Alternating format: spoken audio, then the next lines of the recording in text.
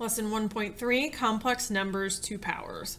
Directions say to simplify each expression to this a plus bi form again. This is our complex number form.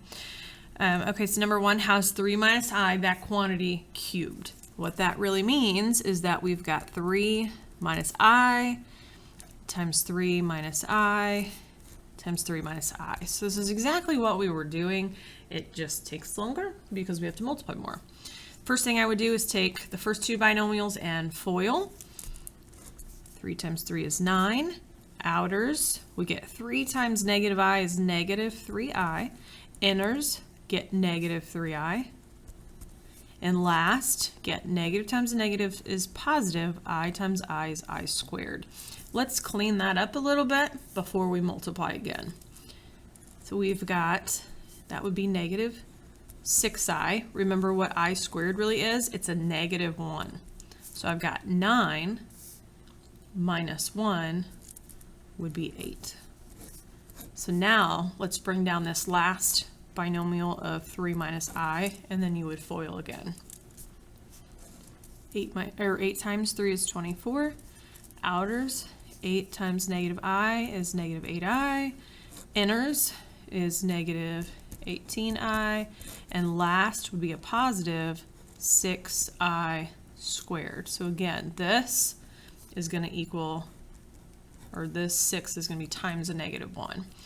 So we've got 24, do it this way, and then that would equal 6 times negative 1 is negative 6. 24 minus 6 would be 18, and then minus 26i would be our answer.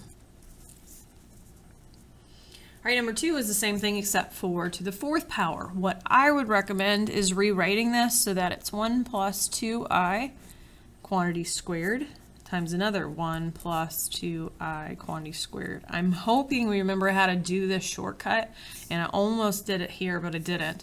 Do you remember the rule for if you have a quantity squared, it's the first term squared, so 1 squared would be 1.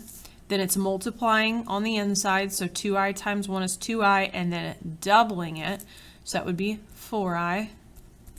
And then the last term squared would be 4i squared. Just goes so much faster than writing it out. But if you need to write it out, like we did here, do so, okay? But it's always these two terms are exactly the same, so they're getting doubled. All right, then this I squared is going to become a negative 1.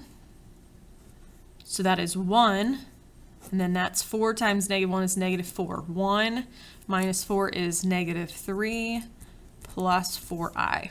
Well, if that's what this piece was, then I know that's what this piece is, so I'm really taking this times itself again, or that quantity squared. Does that make sense? So I've already done this right here. So this must be the same. Now I just need to multiply my 2 answers together. So it's either squaring it, or if you would rather see it written out twice. Either one, they're exact same. All right, so my rule says square this. Negative 3 squared would be a positive 9. Multiply these 2 terms would be negative 12i doubled, be negative 24i. And then 4i, that quantity squared would be 16i squared. This means negative 1. So that is 9 minus 16, which is negative 7 minus 24i. Requires a little brain power, but overall not too difficult.